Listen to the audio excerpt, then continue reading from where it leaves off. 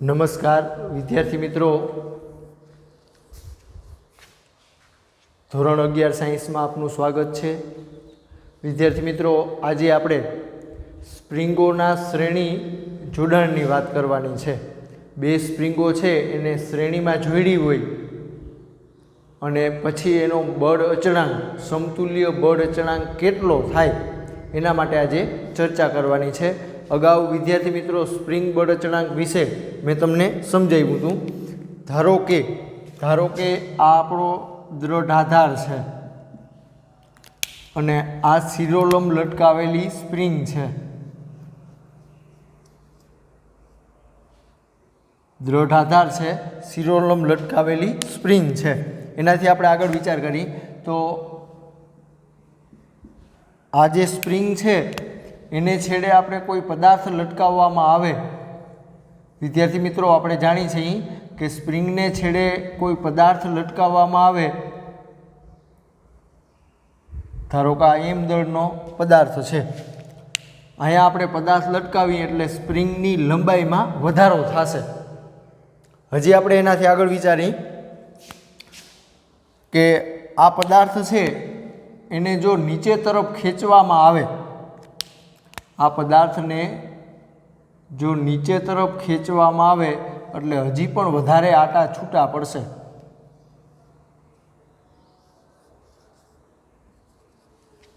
વિદ્યાર્થી મિત્રો, તમે જોઈ શકો આ દ્રઢ આધાર છે, શિરોલંબ લટકાવેલી સ્પ્રિંગ છે. એનાથી આગળ આ જે આકૃતિ છે એમાં મેં અહીંયા છેડે પદાર્થ લટકાવી દીધો છે.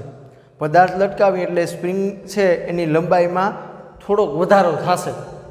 એટલે આ જે આકૃતિ છે આપણી, આ આકૃતિ એ સમતોલન સ્થિતિની આકૃતિ છે, સામાન્ય સ્થિતિ આપણે એને કહી. હવે શું કરવાનું તો કે આ પદાર્થને આમ બળપૂર્વક નીચે ખેંચવામાં આવે એટલે કે એનું સ્થાનાંતર જો આપણે આમ નીચે તરફ કરાવી સ્થાનાંતર, તો પુનઃ સ્થિતિસ્થાપક બળ છે એ ઉપર તરફ લાગે છે. વિદ્યાર્થી મિત્રો, જો આ સ્પ્રિંગને આપણે આમ વધારે ખેંચી, વધારે સ્થાનાંતર કરાવી તો સામે પુનઃ સ્થિતિસ્થાપક બળ છે એ પણ વધુ લાગશે. આપણે જાણીએ છીએ કે સ્પ્રિંગ છે એમાં પુનઃ સ્થિતિસ્થાપક બળ ઉદ્ભવશે, કારણ કે સ્પ્રિંગ છે એ સ્થિતિસ્થાપક છે, એ પોતાની મૂળ સ્થિતિ ધારણ કરવા પ્રયત્ન કરશે. એટલે આપણે એને બળપૂર્વક નીચે તરફ સ્થાનાંતર કરાવશું તો પુનઃ સ્થિતિસ્થાપક બળ છે એ ઉપર તરફ લાગશે. તો આના ઉપરથી આપણે સૂત્ર લખતા હતા કે એફ ચલે છે -y. આ એફ છે એ આપણું પુનઃ સ્થિતિસ્થાપક બળ છે. આનાથી આગળ આપણે સાદુરૂપ આપી તો આ ચલે છે નિશાની દૂર કરીએ એટલે અચળાંક આવે કે. હવે આ જે કે છે એને સ્પ્રિંગ બળ અચળાંક કહેવાય.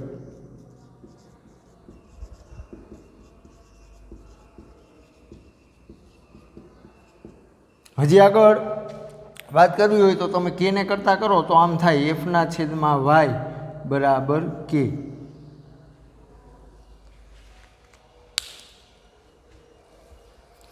વ્યાખ્યા કેવી હોય તો એકમ સ્થાનાંતર દીઠ લાગતા બળને, તમે આને આમ એક એકમ જેટલું આમ સ્થાનાંતર કરાવો તો જે પુનઃ સ્થિતિસ્થાપક બળ લાગતું હોય એને સ્પ્રિંગ બળ અચળાંક કે કહે છે. એકમ સ્થાનાંતર દીઠ લાગતા બળને સ્પ્રિંગ બળ અચળાંક કે કહે છે. બરોબર. એકમ કેવું હોય તો આ બળ છે એટલે ન્યૂટન આવશે, એકમ છેદમાં મીટર.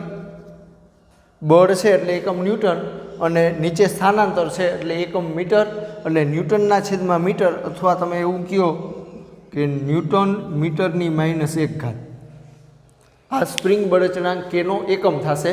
વ્યાખ્યા કેવી હોય તો એકમ સ્થાનાંતર દીઠ લાગતા બળને, તમે આને એક એકમ જેટલું આમ સ્થાનાંતર કરાવો અને જે પુનઃ સ્થિતિસ્થાપક બળ લાગતું હોય એને સ્પ્રિંગ બળ અચળાંક કે કહે છે. એટલે આ સૂત્ર છે વિદ્યાર્થી મિત્રો તમે જાણો છો, F = -ky. હવે આપણે આજે જે વાત કરવાની છે બે સ્પ્રિંગોના શ્રેણી જોડાણ માટે. જો બે સ્પ્રિંગો છે એને શ્રેણીમાં જોડી છે. અહીંયા આપણી એક જ સ્પ્રિંગ હતી, બે સ્પ્રિંગો છે એને શ્રેણીમાં જોડી છે માટે તેના સમતુલ્ય બળ અચળાંકનું સૂત્ર તારવું. જો આપણે સ્પ્રિંગ બળ અચળાંક કહે છે, બે સ્પ્રિંગોનું શ્રેણી જોડાણ કર્યું હોય પછી એનો સ્પ્રિંગ બળ અચળાંક કેટલો થાય એના માટે આપણે સૂત્ર તારવવાનું છે. એકદમ સરળ થિયરી છે વિદ્યાર્થી મિત્રો, ગાણિતિક સ્વરૂપ છે, બરાબર સમજજો. સૌથી પહેલાં આપણે બે સ્પ્રિંગોની આકૃતિ દોરી. જેવી રીતે આપણે એમ કહીએ કે આ દ્રઢ આધાર છે,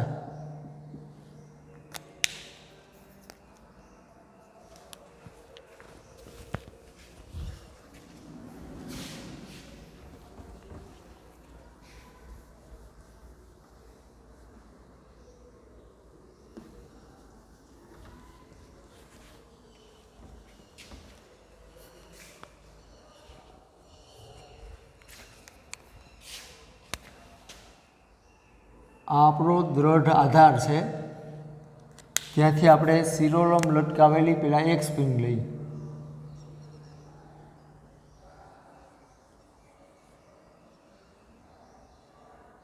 આ એક સ્પ્રિંગ, એના પછી તરત આપણે બીજી સ્પ્રિંગ જોડી,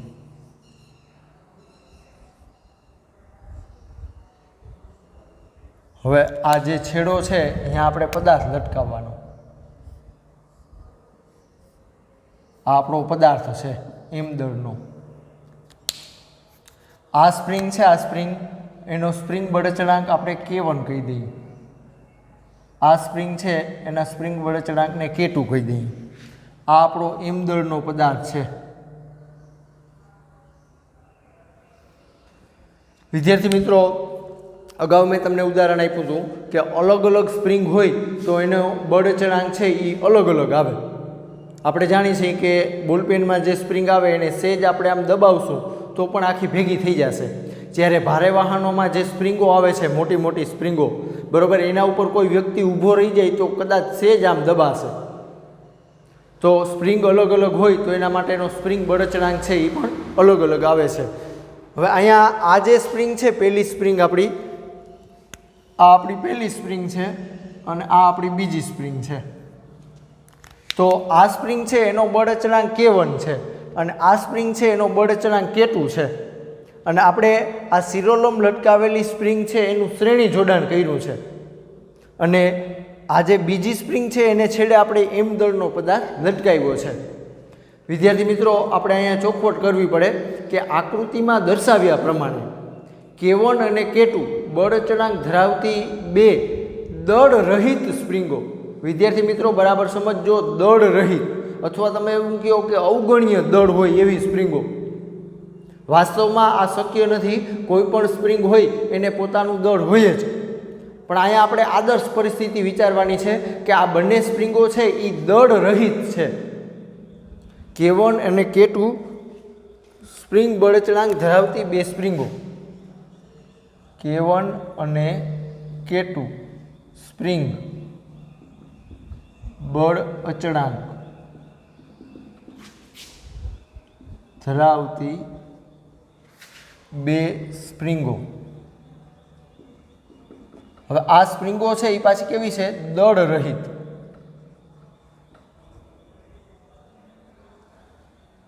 અને શ્રેણીમાં લટકાવેલ છે.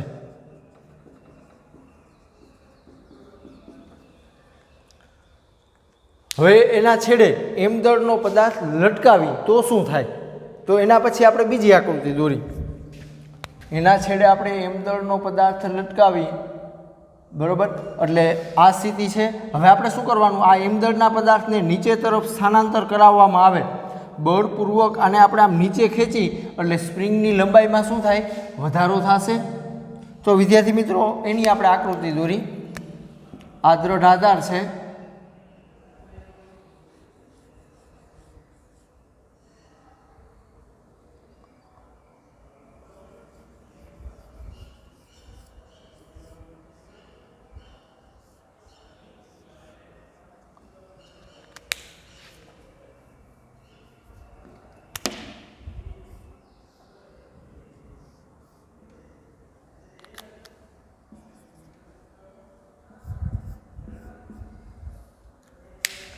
વિદ્યાર્થી મિત્રો, હવે તમે અહીંયા જોઈ શકો કે આ જે સ્પ્રિંગ હતી આપણી, આ સ્પ્રિંગ એ આટલી હતી અને અહીંયા તમે જોશો તો એ સ્પ્રિંગ આટલી થઈ ગઈ છે. આ y1 જેટલો વધારો થયો છે લંબાઈમાં. એવી રીતે આ સ્પ્રિંગ માટે પણ તમે જોઈ શકો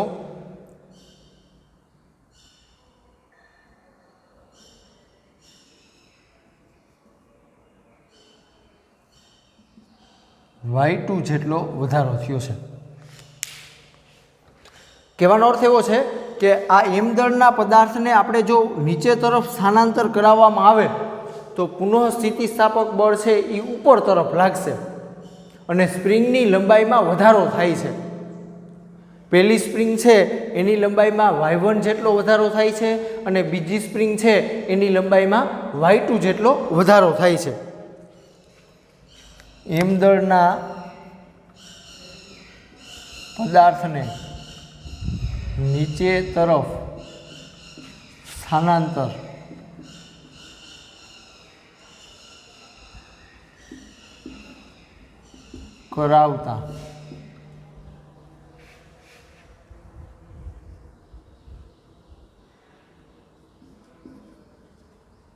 કરાવતા સ્પ્રિંગ 1 ની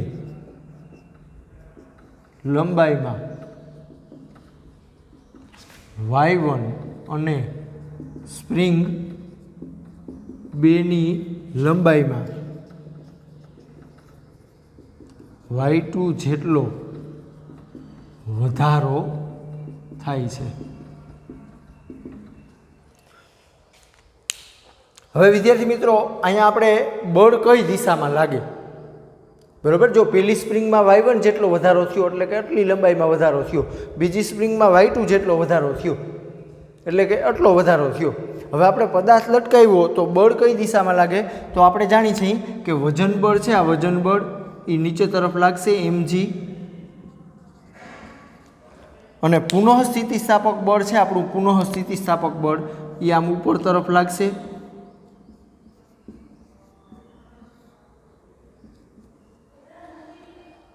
આ સ્પ્રિંગ ઉપર જેટલું બળ લાગશે, બરાબર સમજો વિદ્યાર્થી મિત્રો, 2 નંબરની સ્પ્રિંગ ઉપર જેટલું બળ નીચે તરફ લાગશે એટલું જ બળ સ્પ્રિંગ 1 ઉપર પણ નીચે તરફ લાગશે. જો વિદ્યાર્થી મિત્રો, આ જે આપણી પહેલી સ્પ્રિંગ છે એને પછી આપણે આ બીજી સ્પ્રિંગ લટકાવી છે, પણ આ દળ રહિત છે, દળ રહિત છે એટલે આ સ્પ્રિંગ ઉપર જેટલું બળ લાગતું હશે એટલું જ બળ આ સ્પ્રિંગ ઉપર લાગશે. બંને સ્પ્રિંગો ઉપર જે બળો છે એ એક સમાન લાગશે. બરાબર, નીચે તરફ વજન બળ mg જેટલું લાગતું હશે એટલું સામે પુનઃ સ્થિતિસ્થાપક બળ છે એ ઉપર તરફ લાગતું હશે.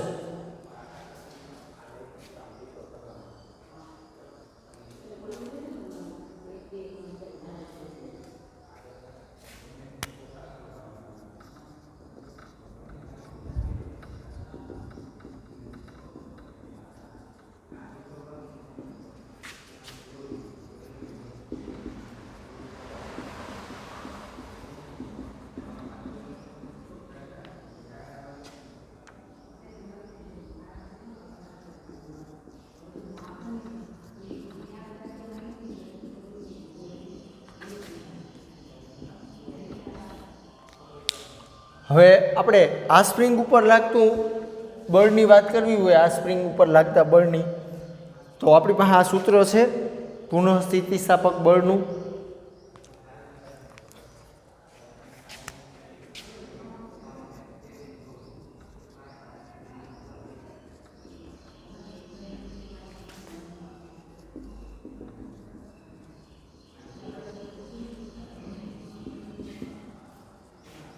તો F is equal to minus K1 Y1.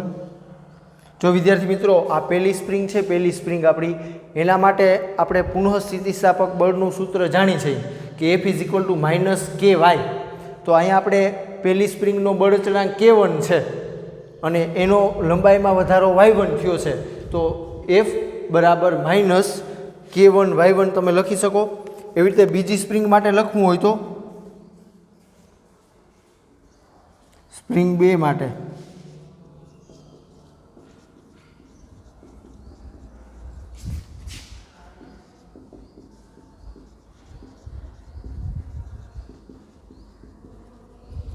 તો F is equal to minus K2Y2 થશે. જો આ બંને બળો છે, આ બંને બળો સ્પ્રિંગ 1 ઉપર લાગતું પુનઃસ્થિતિસ્થાપક બળ અને 2 ઉપર લાગતું પુનઃસ્થિતિસ્થાપક બળ, આ બંને બળો એક સમાન છે. હજી આપણે એનાથી આગળ વધી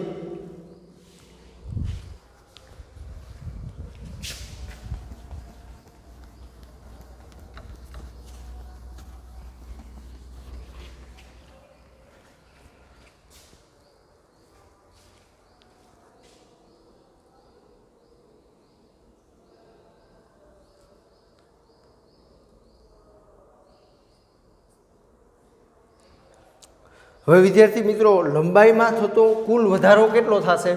તો કે આ બેયનો આપણે સરવાળો કરવો પડશે.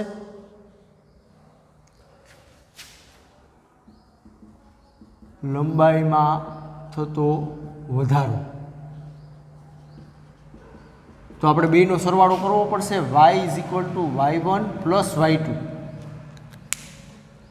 બરોબર. સ્પ્રિંગમાં લંબાઈમાં કુલ વધારો કેટલો થયો? તો કે y1 અને y2 નો આપણે સરવાળો કરવો પડશે. હવે અહીંયા આપણે સાદુરૂપ આપી તો આ y1 ને જો અહીંથી કરતા કરીએ આપણે y1 ને, તો આવું બનશે માઇનસ f/k1 બરાબર y1.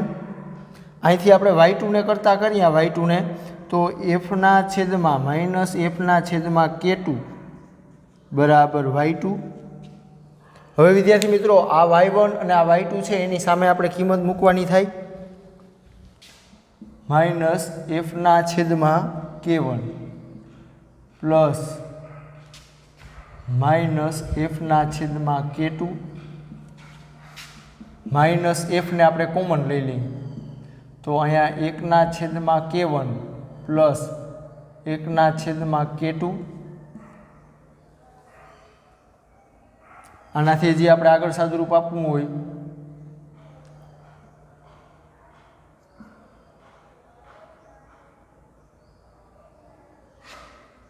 તો માઇનસ f, અથવા તમે સાદુરૂપ ન આપો તો પણ ચાલે.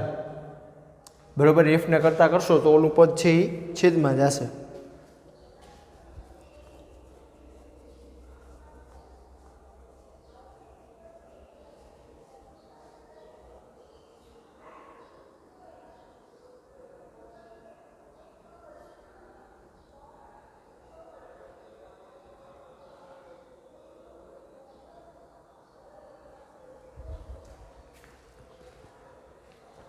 બરાબર. અને માનો કે આપણે સાદુરૂપ આ રીતે આપવું હોય તો પણ તમે આપી શકો. આને આ છેદમાં લઈ જાઓ, y/1/k1 plus 1/k2 is equal to f, પણ આને માઇનસ કહી દો.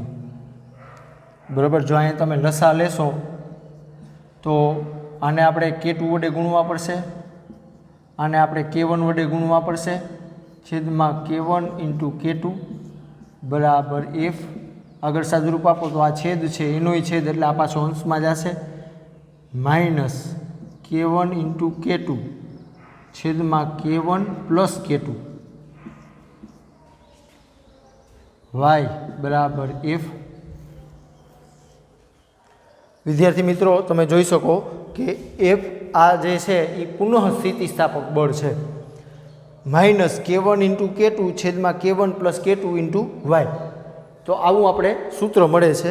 હવે આ જે સૂત્ર છે એને આપણે આ સૂત્ર સાથે સરખાવવાનું. માઇનસ ky બરાબર f. પુનઃસ્થિતિસ્થાપક બળનું આપણી પાસે એક આ સૂત્ર પણ છે કે f is equal to minus ky. હવે આ બે સૂત્ર છે એને તમે સરખાવશો, બરાબર, તો k બરાબર શું મળશે?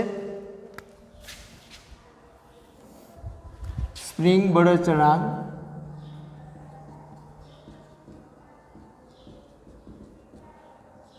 k બરાબર તમે લખી શકો. જો અહીંયા y છે તો અહીંયા y છે, તો અહીંયા k છે એના બરાબર શું થયું? k1 ઇન્ટુ k2 છેદમાં k1 પ્લસ k2. આ આપણો સમતુલ્ય સ્પ્રિંગ બળચળાંક થશે. જો કહેવાનો અર્થ એવો થયો કે આ બે સ્પ્રિંગ આપણે આ રીતે જોડી હોય એને બદલે જો એક જ સ્પ્રિંગ આપણે જોડવી હોય તો એનો બળચળાંક કેટલો હોવો જોઈએ? તો K1 × K2 છેદમાં K1 + K2 જેટલો હોવો જોઈએ। હવે વિદ્યાર્થી મિત્રો આ જે આપણું તંત્ર છે, આ તંત્ર બરાબર, આ જે પદાર્થને આપણે નીચે આમ ખેંચો અને હવે એને જો છોડી દેવામાં આવે તો આપણું તંત્ર આ રીતે આમ દોલન કરશે। હવે આ દોલન છે એનો આવર્તકાળ કેટલો હોય, તો કે આવર્તકાળ માટે અગાઉ આપણે સૂત્ર શીખી લીધું, આવર્તકાળ T = 2π √m/k। વિદ્યાર્થી મિત્રો આગળના લેક્ચરમાં આપણે આવર્તકાળ છે એનું સૂત્ર શીખી ગયા। આવૃત્તિ છે, આવર્તકાળ છે, કોણીય આવૃત્તિ છે, એના સૂત્ર આપણે શીખી લીધા અને તાર્યા હતા।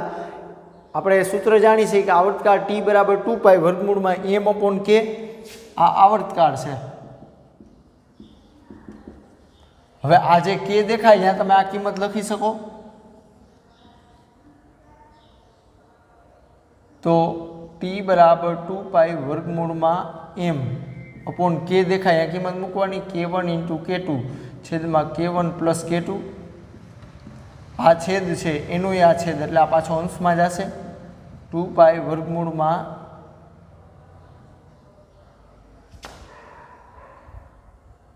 √m K1 + K2 છેદમાં K1 × K2 આ રીતે થશે।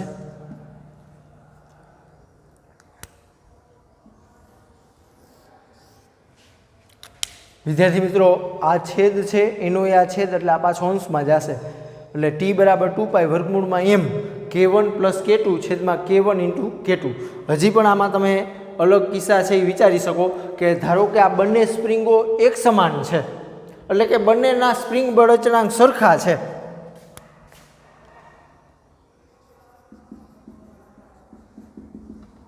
બંને સ્પ્રિંગના બળ અચળાંક એક સમાન છે, તો આપણે આવું કહી શકીએ K1 = K2 બરાબર ધારો કે K ડેશ નામ આપી દઈએ,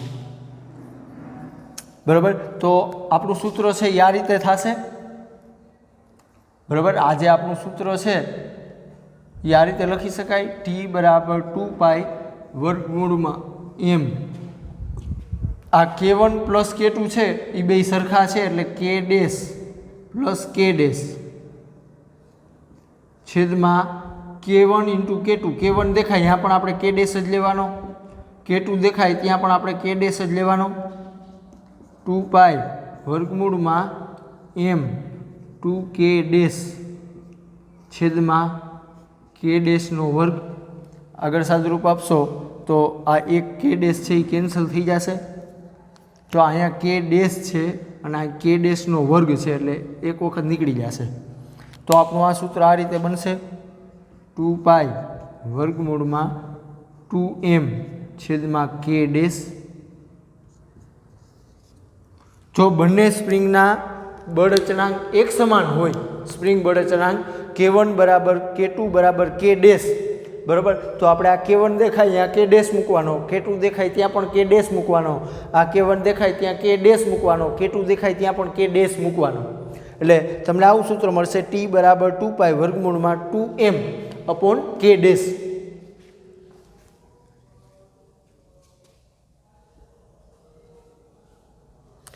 એટલે વિદ્યાર્થી મિત્રો MCQમાં પણ તમને આ રીતનો પ્રશ્ન પૂછાઈ શકે કે બે સ્પ્રિંગોનું શ્રેણી જોડાણ છે આ રીતે, તો એનો સમતુલ્ય સ્પ્રિંગ બળ અચળાંક કેટલો થાય, એટલે કે બે સ્પ્રિંગ જોડી છે એને બદલે જો આપણે એક જ સ્પ્રિંગ જોડવી હોય તો એનો બળ અચળાંક કેટલો રાખવો।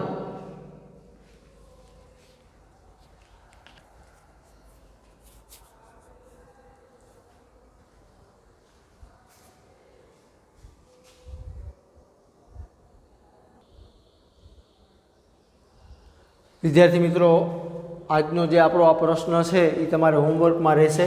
બે સ્પ્રિંગોના શ્રેણી જોડાણ માટે તેના સમતુલ્ય બળ અચળાંક કેનું સૂત્ર ધારવું। વિદ્યાર્થી મિત્રો એના કિસ્સા પણ તમારે લખવાના છે, અને આ જે શ્રેણી જોડાણ છે સ્પ્રિંગોનું શ્રેણી જોડાણ, એવી જ રીતે આગળ આપણે સ્પ્રિંગો છે એનું સમાંતર જોડાણ આવશે। એના માટે બળચણાંકનું સૂત્ર પણ આપણે તારવશું અને આના આધારિત MCQ પણ ઘણા બધા બનાવી શકાય છે. એટલે આ સૂત્ર છે એ ખાસ સમજજો કે શ્રેણી જોડાણ હોય તો K બરાબર K1 × K2 છેદમાં K1 + K2. બરાબર. સમતુલ્ય સ્પ્રિંગ બળચણાંકનું આ સૂત્ર છે, એનો ઉપયોગ MCQ અને દાખલામાં પણ આવશે.